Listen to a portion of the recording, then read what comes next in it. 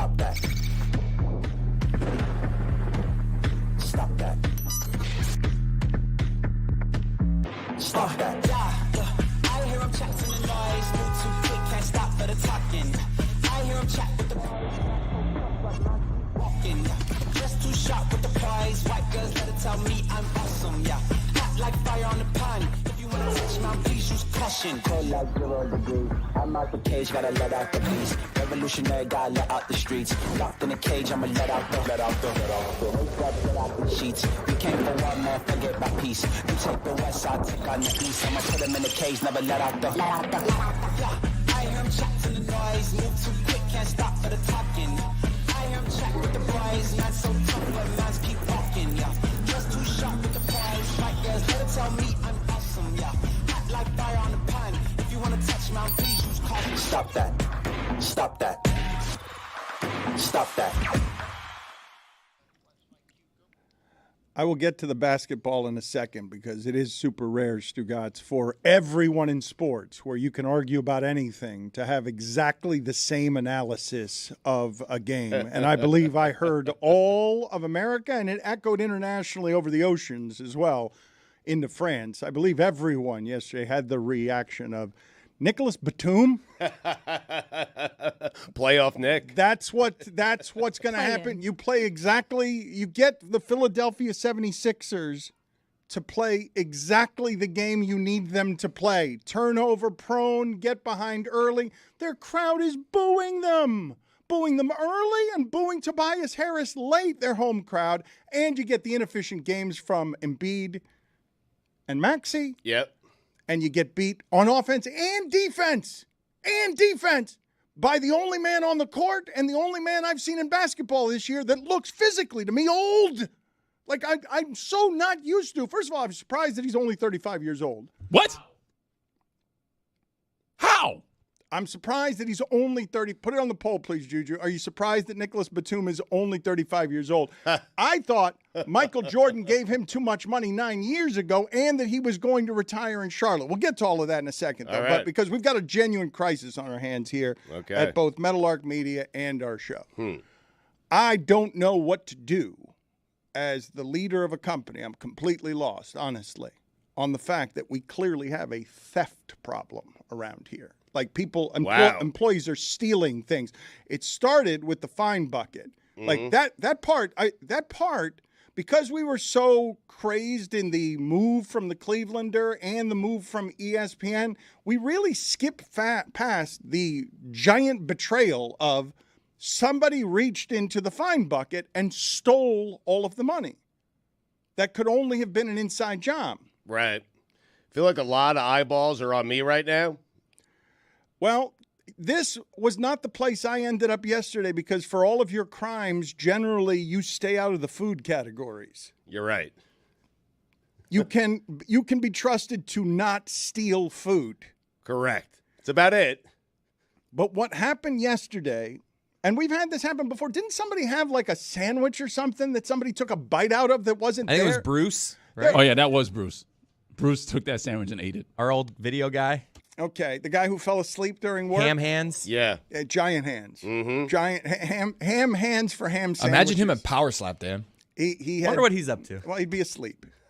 He'd be asleep during Power Slap. He'd be asleep right now. He was always asleep. We'd walk into other rooms and he'd be asleep. But I'd like to explain the scandal that we have here, and I'd like to go through the room and get reaction because we are presently, and I hope to have this before the end of the hour, we are presently rifling through security footage to find why it is that my assistant was enraged yesterday. Elise was enraged. It was a tiny, tiny little bottle of rage where she was wandering around. And there are going to be a lot of jokes at my expense here, thinking, of course, Dan's assistant would be enraged that somebody stole his cupcakes. Like, this crime looks bad for me that my assistant would be so crazed about the fact that somebody had stolen cupcakes that she had clearly put aside. That's the job, Dan. Be enraged on your behalf. Okay, but she would not get enraged like this on my behalf, and there would be no need to get enraged like this on my behalf. But the reason that she was enraged and the reason that I then got scared, because nobody here has seen this side, is those were my wife's cupcakes.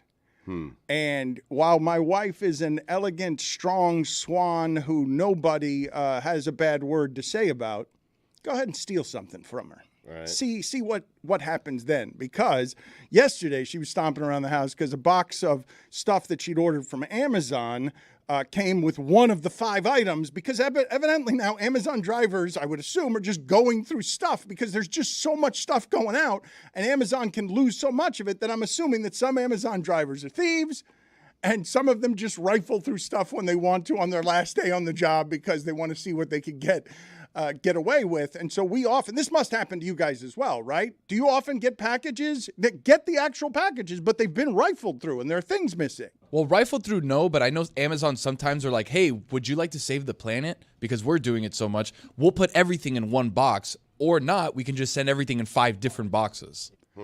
But none of you have had this happen, because it's happened multiple times to my wife. We have genuinely, at both my home and now inside the boxes, a theft problem going on around deliveries. And now that theft problem has absolutely moved in here because it appeared to be obvious. Do you guys know who did it? Because I left here not knowing who did it. I'm confused. Why are your wife's cupcakes here? Well, there were some vegan, gluten-free cupcakes sent as yesterday's celebration, weird celebration about a year and a week of us being at the Elser, an anniversary celebration. And I guess somebody told somebody that cakes and cupcakes were being brought in. And this is the other problem here, and I don't know how your significant others deal with what I'm about to say. But when my wife knows that something at 11 a.m. is coming home at 3 p.m., the expectation of that, and she's excited about it, right? That better get home. Like whatever it is that thing is needs to get home, because now she's enthusiastic about it, and I do not wish her disappointment is something I do not want. You're painting Valerie very intimidating. She's really sweet, right? Oh no, I just don't want to disappoint her. That's it. It's not you coming home is not enough. I mean, the wrath is you. No. Okay. I think I've got you beat there. I just want to point out something, just to make sure I heard this correctly. So these cupcakes were for the anniversary of the show being in the hotel? Allegedly, the year and 1 week anniversary, because evidently we didn't get the date exactly right. And the cupcakes weren't for the staff. They were for Valerie? There were an assortment of cakes and cupcakes here yesterday for everybody, and Elise had taken the vegan and gluten-free ones, and 2 of them, and put them aside, or 3 of them, and put them aside for Valerie. 2 of them. I'm telling you, you just said a key word there, gluten-free. I have a suspect.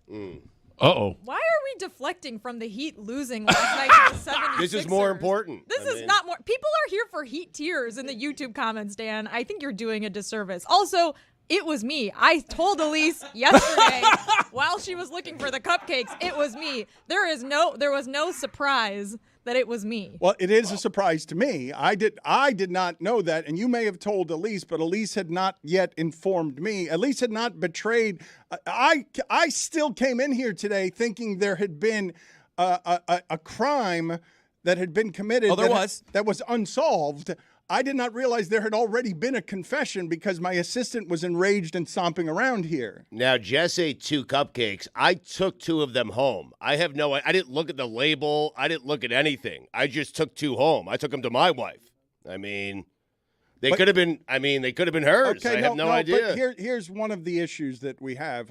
I don't know whether Jessica knew she was stealing these or not, but they were clearly put aside in a place where all the other cupcakes were someplace else. Oh. And Elise has a sitting area here where she had been for 2.5 hours, and it was around Elise's stuff. Like it had been clearly put aside, and I've never seen Elise this angry about anything. Well, same. She screamed at me. Like, in all seriousness, your assistant screamed at me yesterday. Huh. And the reason that I thought they were for me was because my food, since I have a gluten allergy, my food is always set aside and is like the gluten-free lunch order, breakfast order, whatever. So these were set aside and they said gluten-free. So I was like, these ones are probably for me. So I ate one of them, went in the studio to record Mystery Crate. Taylor told me in my headset, Elise is mad because someone stole cupcakes. So I went out into the kitchen, as you can see there, and I was like, it was me. I thought they were for me because they said gluten-free on them, and my gluten-free, whatever we order, is usually set aside when we have like a special cake or something.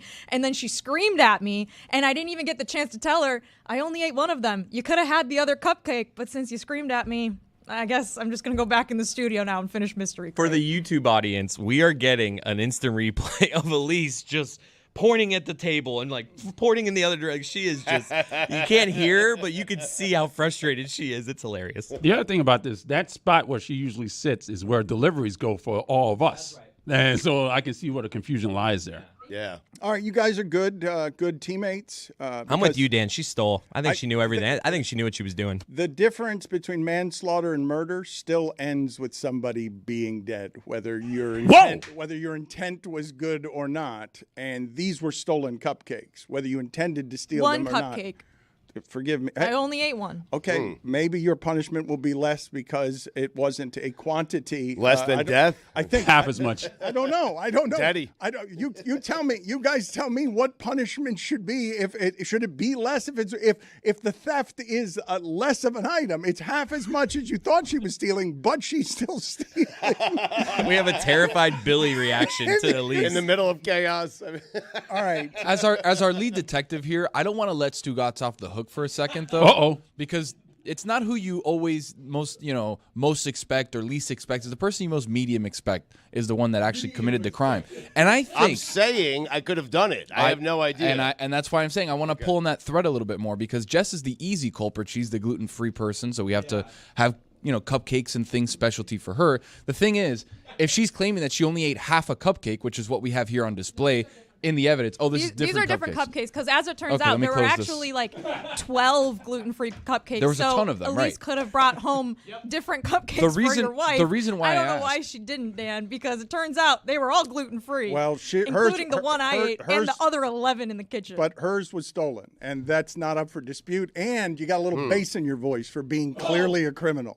Like I admitted my quote-unquote I understood, but in the courtroom, we're going to need to make sure that you are not someone who is in contempt. Because right now, the contempt is mine and my wife's and my assistant's. Thank you, Dan. I love Tony trying to figure out the case after Jess has said, No, I because ate the cupcake. No, well, that's because one cupcake. That's one cupcake Dan of 12. had 6 for her. That's right. Yes. The reason I still point at Stugotz is because Stugotz is notorious for kind of like a smash and grab where he'll grab something close to the door and then haul ass, right? Yeah. So I think if we can paint a different scenario, Stugotz saw the cupcakes right by the door, didn't see anybody buy them, said, ooh, I need to take something to Abby. Let me grab these real quick. In the same breath, Jess is out getting a different set of cupcakes, bringing those over to the center here, eating those, and then at least saw her with those, not knowing that you actually stole the ones that she had for All Valerie. right, put this on the poll, please. Is the person you most medium expect the one who always committed the crime? And if you would, Chris, please get off the ground for me for Metal Arc Media the scripted televised series of Tony, the detective who solves the case after the confession has been made. 2 more things. So after your assistant screamed at me, I thought maybe these are like the rarest cupcakes in the world. So I Googled the bakery, and it turns out they have same-day delivery all over Miami-Dade County. So again, I thought, a lot of excuses when you're on trial Dan for will being just order a different criminal. cupcakes for his wife because I think he has $30 to spare because he usually has like $2,000 in his wallet just in cash. Well, doesn't anymore because he's got so many employees who are thieves. Then I thought, well, I feel bad. Maybe I should text her, but she did just scream at me, so I'm just going to let this one kind of go away for now. And then, of course, later on, everyone was posting the video that we caught in Slack. And then, even later on, I saw Valerie's Instagram story, which said that she did eat a cupcake yesterday. Yeah, because I had to come home with cupcakes. Wow. So no harm, no foul. Everyone got their cupcakes. Was it a scream or a shout? Because there's a difference Big there. difference. Yeah. Chris, you were there. What would you describe it as? I think it was more of a shout. Huh. Because I think when you shout, you're just kind of frustrated in general. A scream is more directed. Well, let's watch the tape. Well, hold on a second. What's the distinction between a scream and a shout? Which one is worse? I think a scream is worse because you're directing it specifically at someone. I'm screaming at you. Where I'm shouting in frustration is a difference because it's not as pointed as a scream might be. Roy, would you please look up for me the definition of scream and the definition of shout? We have more video being looked at. I don't know if we need the video anymore of whether or not Jessica, whether we can find intent in video of Jessica picking up the cupcake, but we do have video, I am told now, of Jessica learning at the moment that she learned while doing Mystery Crate. Just before I play this, take me through, Jessica, how it is the news is arriving, like what it is that you're feeling at this moment right before we play whatever this video is. I'm just on my phone reading my messages, and then Taylor, who was in the control room, heard a commotion in the kitchen and then radioed me in my headset and said, Elise is screaming because someone ate her cupcakes. Wow. All right, let's So play. this is my live reaction. All right, So live. was a scream. Let's see this live reaction to Elise's screaming in the other room. There's no audio on this, so it's going to be hard to listen to. Okay, so it's but there's her face. Okay, there's her horrified. She's looking around like she's guilty. She couldn't look I more literally guilty. admitted I did it. She's There is admitting no to it. Tony's still on question it. That Yeah. I ate the cupcake. Not letting you off the hook, Stu. You know who's the most guilty? I'm not though? letting myself off the hook. The most guilty person is Chris Cody, because the entire time Elise was looking for the cupcakes, all you could hear is Chris Cody saying, "Who stole the cupcakes?" Who stole the cupcake? Well, I mean, it's such a ridiculous thing. Like, I was like, are we really upset about this? It is ridiculous, but I can speak on behalf of Chris Cody here, and I'm not sure a lot of other people can do this one. When food has been stolen, the heavy-set people in the room get a little more self-conscious than everybody else. When I'm safe, I'm like, yeah, not me for once. All right, we got definitions here. Shout, utter a loud cry or call, typically as an expression of strong emotion. Scream, give a long, loud, piercing cry or cries expression excitement, great emotion, or pain. Big difference. No, it sounds like scream is worse. Scream and shout and let it. Bring the action. You know it takes a while for that part to get out, right? Yeah, it does. Nick Batum played with Greg Oden. What? And Brandon Roy. Thank you. Can we talk about the Heat game now? I really Because need. No, I really like this conversation we were having. I think it should go on for at least 7 more Who minutes. saw the Nick Batum game coming? We'll talk You never about that know. in a second. For the moment, as we sort out your punishment, Jessica, go sit in the penalty box for a couple of minutes Wow. for thievery. For telling the Well, truth. she took one cupcake, No, though, it's- so it should be a minute. It's not for telling the truth. For being yelled at by your assistant? It is not for, it's for stealing something. Let's be clear on this, because there seems to be a lack of clarity here. Okay. This is a universal crime that we are now deciding the punishment to. This is not the punishment, 2 minutes. She's being thrown in the hoosegow so that we can sort out what the punishment should be for what I believe should be a lifetime type of Jonte Porter type of crime, which is the greatest crime there is around here. There is no greater crime around here than stealing food from my wife. I want it as wherever it is the Meadowlark handbook exists, where we start writing the rules as we learn where rules are needed. If you steal food from my wife, that's the greatest crime. I have some rules as well, though, and one of them is if it was food for Valerie. Now, I love Valerie, okay?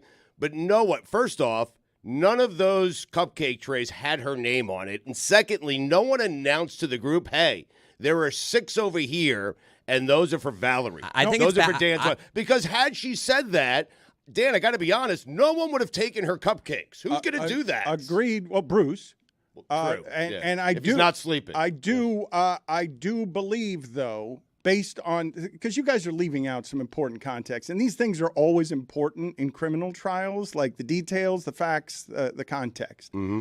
There is one place my assistant sits with all of her stuff. It's a shared space, though. It was I mean, clearly in the space where my assistant was. Now, Jessica and her legal help are saying correctly that she is saying that that's where her food gets set aside as well. Which is true. So that, again, but still criminal behavior. That there's an explanation for the criminal behavior does not change that it is theft.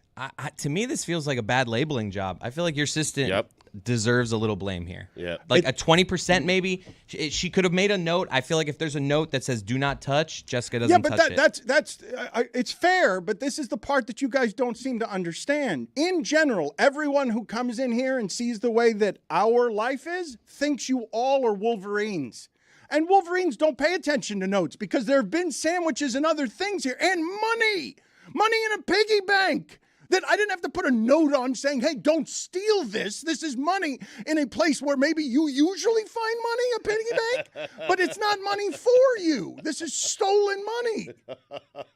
Seems like we're getting mad at Jess for a different crime, though. I think this frustration around the theft and the stealing is really more about the piggy bank and not about the cupcakes. What I'm mad about, finders keepers, ultimately, is we clearly have people around here who cannot be trusted. And once you steal from the piggy bank, everything becomes incriminating, even if you have a good explanation, because we've got a group of people we work with that we don't trust. What was the name of the player who stole Derek Jeter's glove? Some sort of Yankee prospect that did the single dumbest thing an athlete has done until he was topped by Jonte Porter.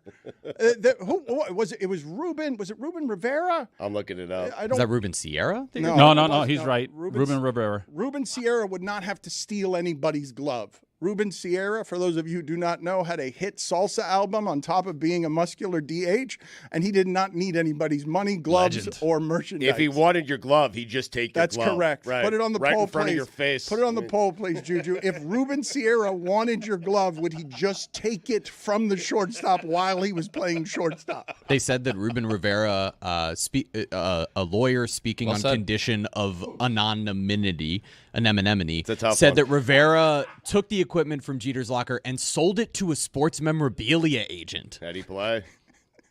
Scared Billy. Finders keepers. Unfortunately, while Jessica was away, we didn't discuss in any way what her punishment should be, what the larger punishment should be going forward, since we didn't have a rule in place as this happened, going forward for anyone who steals my wife's food. But Stugotz, we were denied last night. Sometimes the playoffs start, and like last season, if you have a team in the race, you feel like you're going to be eating ice cream for 2 months and not lactose intolerant dairy ice cream. Like you're going to have a good experience. The good stuff. Eating ice cream. And sometimes you feel like your playoff experience is just going to be the flavor of feces. And that's what last night was, where it's not just that Batum kills you. When you get exactly the game you needed from Philadelphia that was going to set up the perfect story. I don't want to watch Miami-Boston again. I wanted to watch Miami-New York. Might be Chicago-Boston. You're correct. It might be, because Jimmy Butler, you will have the footage now. Go ahead and put up the footage of Jimmy Butler limping out of the arena last night. I thought Duncan Robinson was available last night. I was really frustrated just watching that their only offense is just going to be Tyler Hero shooting 33%. Because once Jimmy got hurt, and by the way, got hurt after having 5 steals. Had 5 steals. He had some good steals after the injury, too. Yeah, but that 5th steal, the one where he had the layup, that's where he seemed to really hurt his knee again after the first injury. He was struggling. Yeah, he was really laboring out there, and you knew once he went in for halftime and had to sit for a minute, there was no way he was going to come back. But for all the load management that has wrecked the interest in the regular season, you haven't gotten to the playoffs yet, and you got Butler, Embiid, and Giannis already done, already lessened, not done. And Zion too. Yeah, already. You haven't even gotten to the off part of the playoffs. You're still in the in part, and Giannis off the court.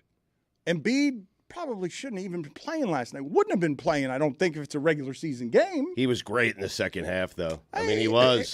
He made, for a guy that's hurt, 23 and 15. There were 2 guys hurt late, and one of them won the game, and one of them didn't. Embiid made the passes and did the things, but he was not the MVP of the league last night. That was a diminished. That's as bad as he's going to play. Nick Batum was. Did we decide if it was a scream or a shout? Did we do that? All eyes on us. I wanna scream and shout and let it. That timing, comedically perfect by you, Chris Cody.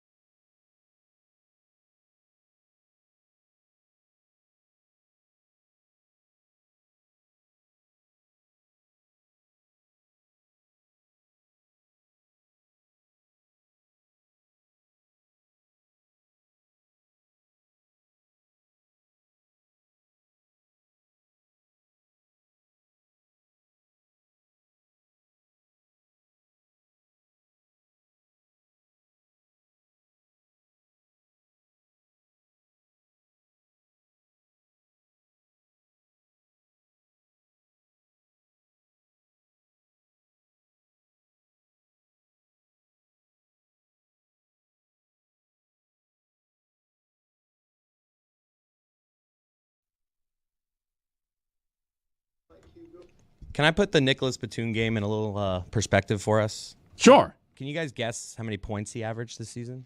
Oh, no, they said it during the broadcast. Yeah. 5 points he averaged. Mm-hmm. You know how many times this season he scored double digits? How many? Guess. 82 games.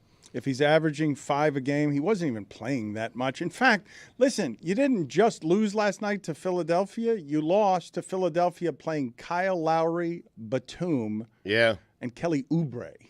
7 times he scored double digits. Another fun Batum stat, which is great, is 20 points in that game. The last time he scored 20 or more points, 8 years ago. Right. Against the Miami Heat in Game 1 of the playoffs for Charlotte. I just want to reiterate one little thing. Yeah. He averaged 5 points. He hit 6 threes last night. He's capable of that. He is. You left out Not Buddy for 8 Hield. years, though. He hasn't done it in 8 years. I did leave out Buddy Hield. These are all players Stugotz discovered were still in the league last night. Are you guys aware? Well, Hield, I thought, was with Sacramento. Batum, I thought he retired like 7 years ago. Well, you stopped paying attention to Batum 2 teams ago. I think Hield had another stop. Hield was in Indiana for 3 years. He was? Yes. 3 years. Yes. Wow. But the best Hield stat is this one. Are you guys aware that yesterday was Buddy Hield's 85th game of the season? It was his 85th game of the season. Because of being traded, he played extra games. He went into that game having played 84 Bonus games. I don't think anyone's ever done that before. I don't think that's happened before, even with all the trades in the league. And There should be like a most games played award at the end of the season. Well, he would perfect attendance. He got it, right. But for all of that, for all of the load management and everything else, you've still now got injury problems that make the East a lot easier for Boston.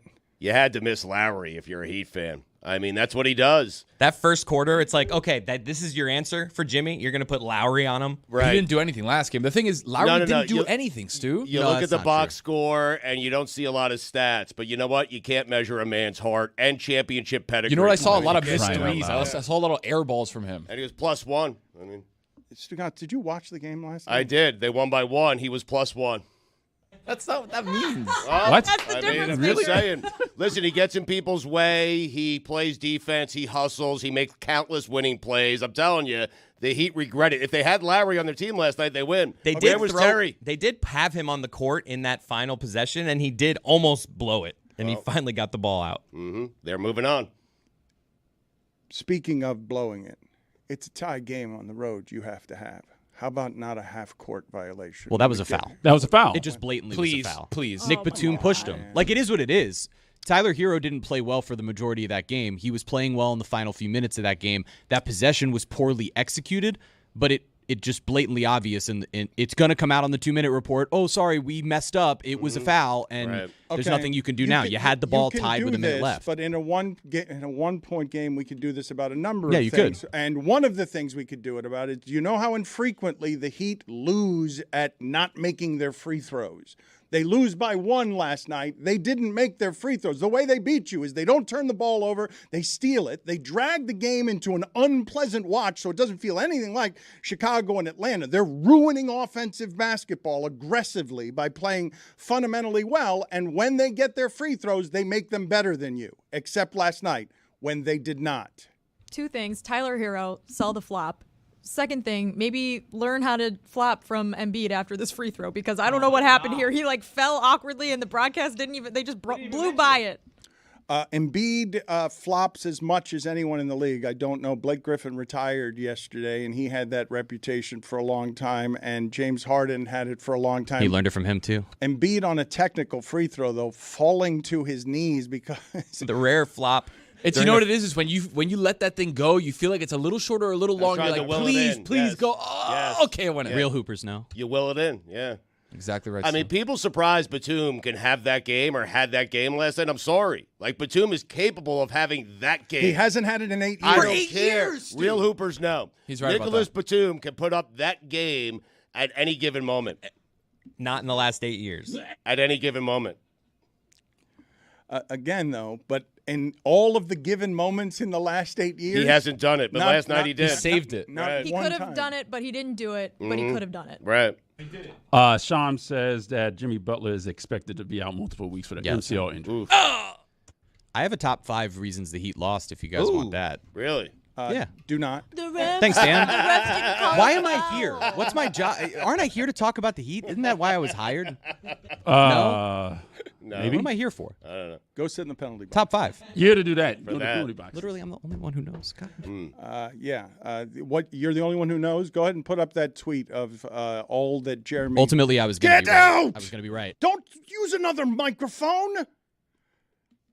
He was I let you down be there. Right. Dan, I should have stopped him from using this microphone. Yes, I'm you sorry. should have. I'm sorry. You have a sick form of justice.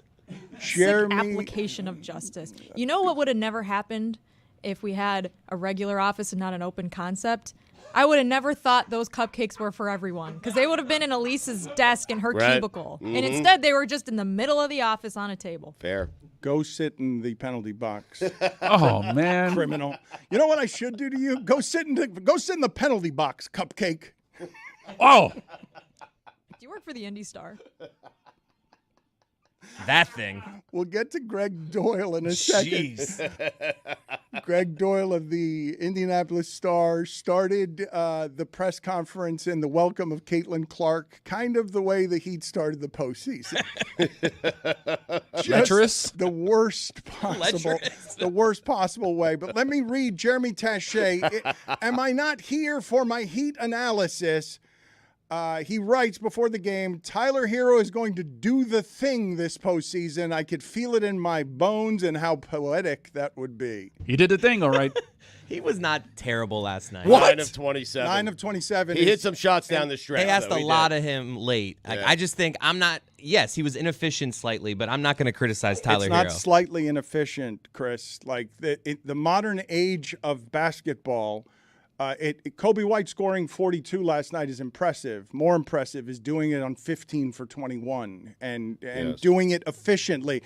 There are some DeJounte Murray got 44 points earlier this season on 44 shots. That's not a good game. It's just simply any coach in the league or assistant coach in the league will say that if you hold a guy to a point per shot, you have done your job defensively.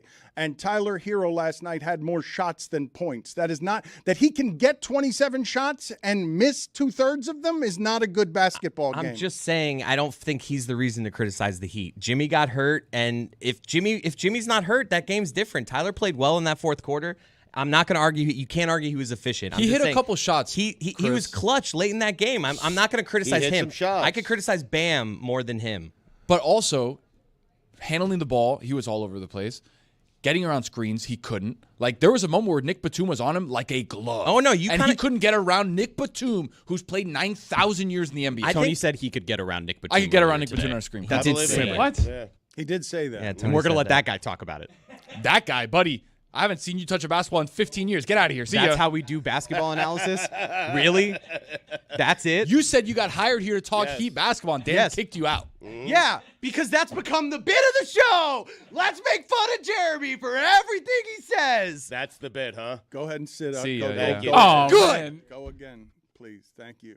Anyways, long story short is that if you're going to play point guard, you have to control the ball and you have to play well handling the ball. There was no other point guard for the Miami Heat. That was it. It was Tyler, and then he had to also put up shots. It's an impossible spot for him to try and do something, but also he played kind of like a whatever game. I do agree that we've learned what Tyler is. He's below Maxey. Like, he's not an elite star. Chris, you're right. He hit some big shots down the stretch of the game last night when they needed them because Jimmy Butler was hurt. I'm just not blaming him for that loss, is what I'm saying. We can sit here after they lose by a point and criticize whatever it is that you want. They lost by a point. What I'm telling you is they went on the road to play a game that would have made their path easier, and they lost it when defensively they got Philadelphia to play exactly the game they needed them to play. Philadelphia was terrible in that first half,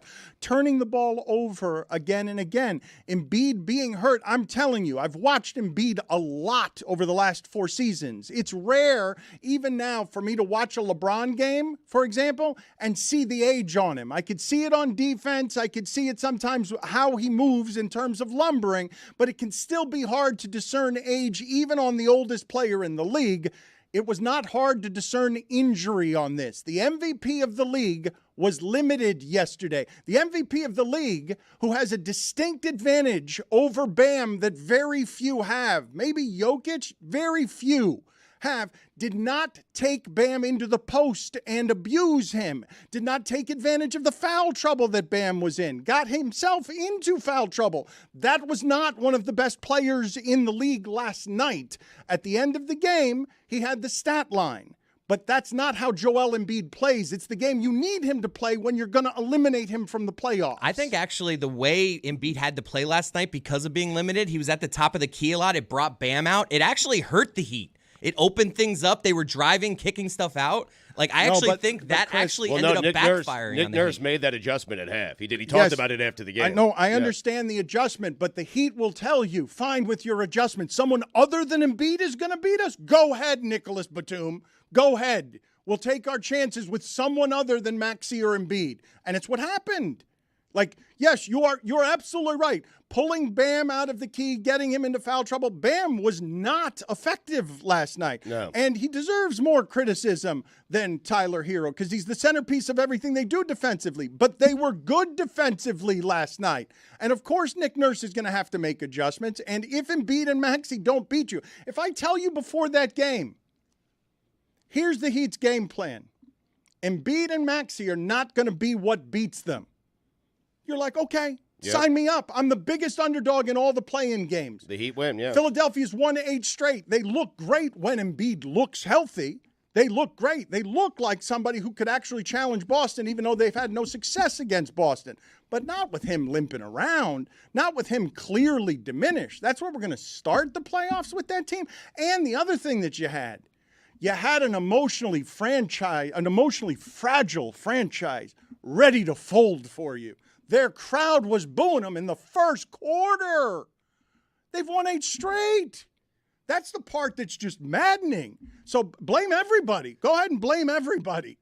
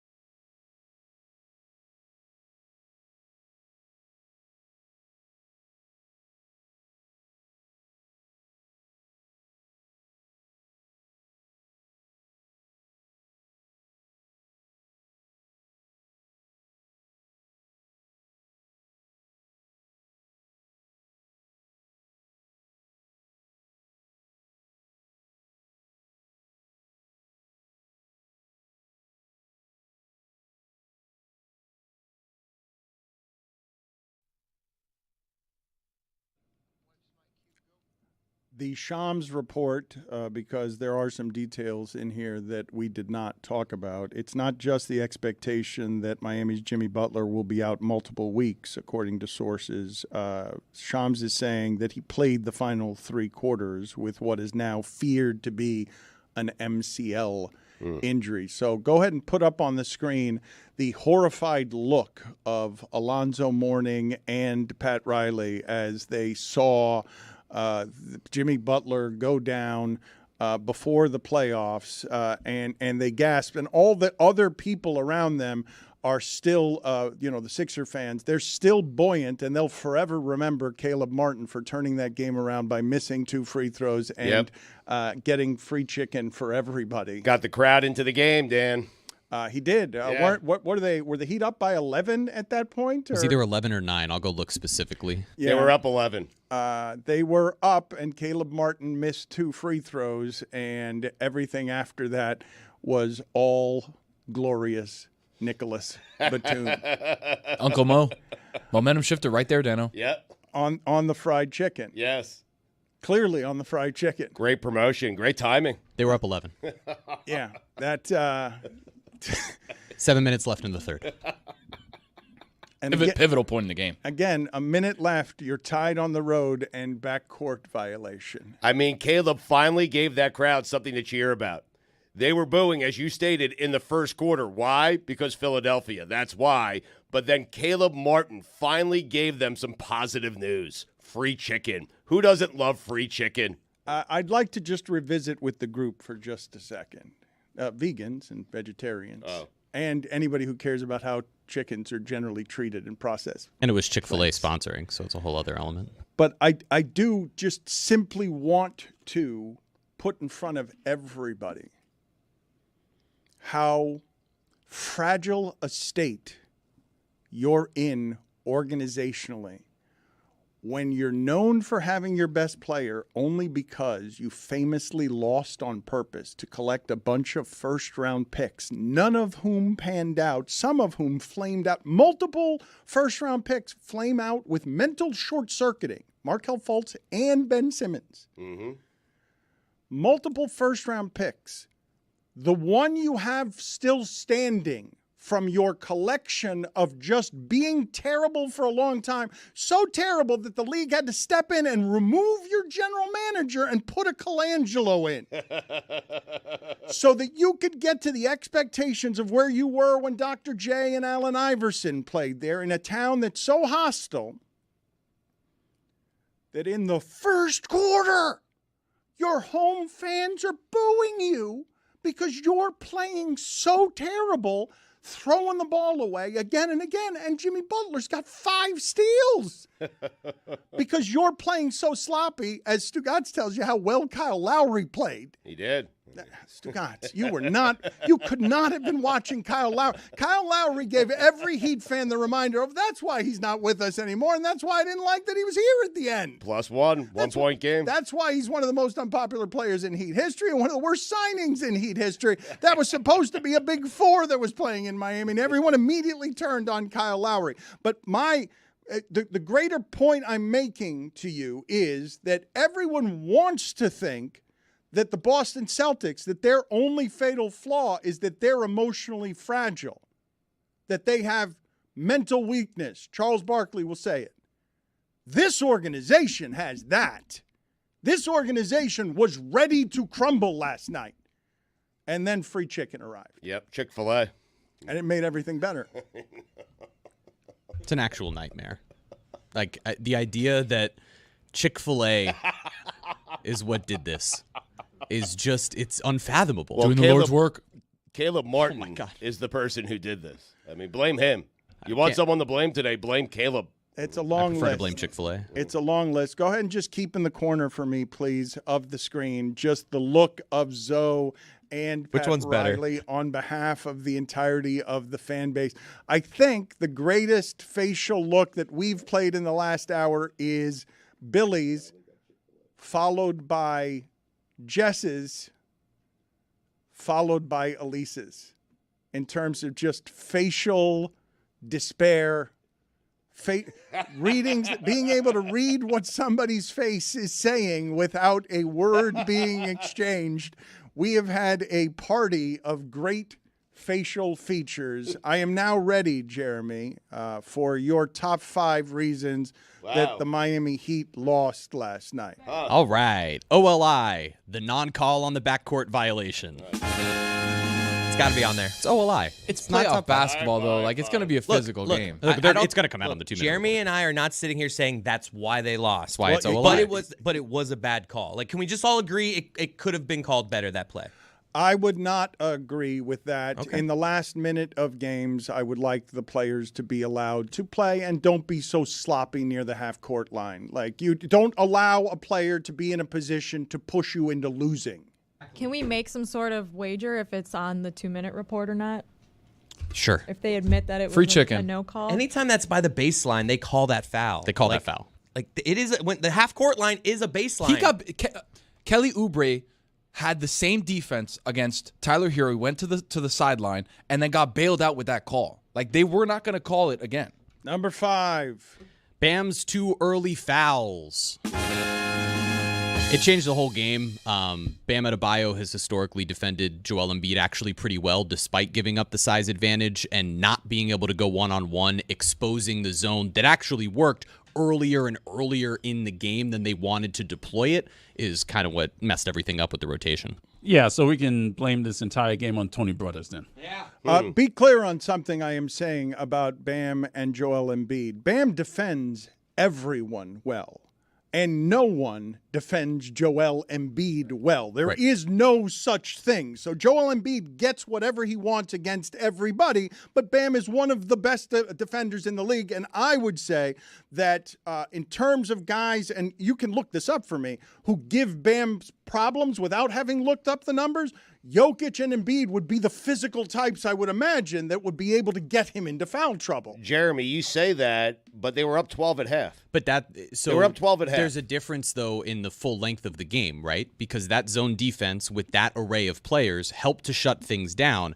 But by playing that zone defense for such a huge chunk of the first half, it gave Nick Nurse an opportunity to adjust, put Joel Embiid at the top of the key, and not have that as sort of a secret weapon you could bring out in the second half from having played Bam one-on-one against Joel Embiid as much as you did. The Heat don't have an overwhelming offense, so the way that they get by is with their defense, and by having to use that zone as early as they did, with as deep as they had to go in the rotation, that's what kind of messed things up long term. Number 4, no Terry Rozier or Duncan Robinson.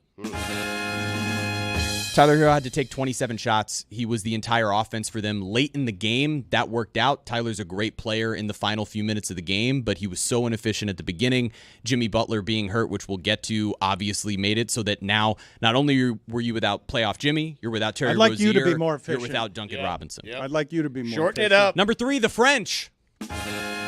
And guess what? That gives us time for a mini top 5 inside this top 5. Number 5, reasons to hate the French. Number 5, Jean Valjean was given 19 years in prison for stealing bread. Sounds like someone I know. Number 4, they can eat nothing but brie and bread and are still in better shape than the rest of us. Number 3, Boris Diaw. Number 2, they have more sex than anyone. 137 times a year. I mean, fuck that. And number 1, Nick Batum. Boris Diaw isn't hated. What he did to the Heat. Beloved. Get him out of here. He's great. a roly-poly heavy basketball Love that player. guy. Those are always allowed to be beloved, no matter what they do to your favorite team. Number 2, Jimmy Butler's injury. Now we're back to reasons the Heat lost. Yeah, we're back to reasons that he lost. Who's John Valjean? 137 times. 2, 4, 6, 0, 1.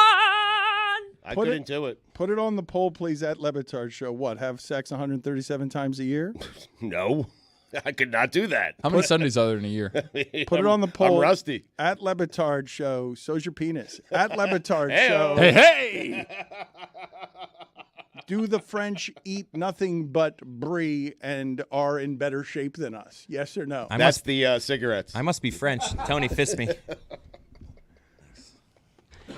And number 1, Fist me. free chicken. Look, I consider myself to be a pretty great ally to the LGBTQ community. I hate Chick-fil-A more today than I ever have. Speaking of which, I see now that Emeritus is NBA refs are going to have to wear the Emeritus Emirates. Emirates, excuse me, advertising, even though Dubai and that region of the country or that region of the world is less friendly there than any. That's a bad spot for your LBGT referees to be in, with your most progressive leagues, where they have to wear that as advertising. Stugotz, are you watching how much coverage is going out on the story that inside Bill Belichick's failed job hunt that ESPN is doing? Yeah, it's crazy because, well, first off, Belichick, who's now going to do McAfee, and he's going to join him for the draft, and Billy and I have a draft party, and we're not certain what to do now because they have Belichick, and I'm thinking we get Steve Belichick. I don't know what to do. I'm worried about that. You're worried? Well, McAfee's draft party every year is like 500,000 people are watching. So you're competing against that draft party, which is going to have Bill Belichick signed on to do stuff, and you don't know what you're going to do as your counter programming? I'd like to do our draft party, if possible, Dan. Maybe we can look into this here at Meadowlark at McAfee's draft party. I want to be inside his draft party doing our draft party. But anyway, back to Belichick. But you'll be in Michigan. That's a good point. We're also efforting to have Brady on ours. Really? Okay. Tom? Yeah. We didn't specify. We're efforting. A Brady. A Tom Brady. I'm assuming. Love a good effort. Robert Kraft should be ashamed of himself. I'm serious. I mean, the way he is smearing Bill Belichick after he left New England with that documentary, with this report, another deep dive by Seth Wickersham, he should be ashamed of himself. Bill Belichick has raised the value of his franchise exponentially. He has won him 6 Super Bowls. He has made that lousy organization one of the marquee organizations in the NFL. And I don't understand what Robert Kraft is doing, calling Arthur Blank, and he should be ashamed of himself as well, because Arthur Blank, make your own decisions. What the hell are you doing? You're going to let Bob Kraft impact who you're going to hire at head coach? Get the hell out of here. Your organization is lousy. It will always be lousy. You'll never be good. And Bob Kraft, the only reason your organization is good is because of Bill Belichick. He deserves better.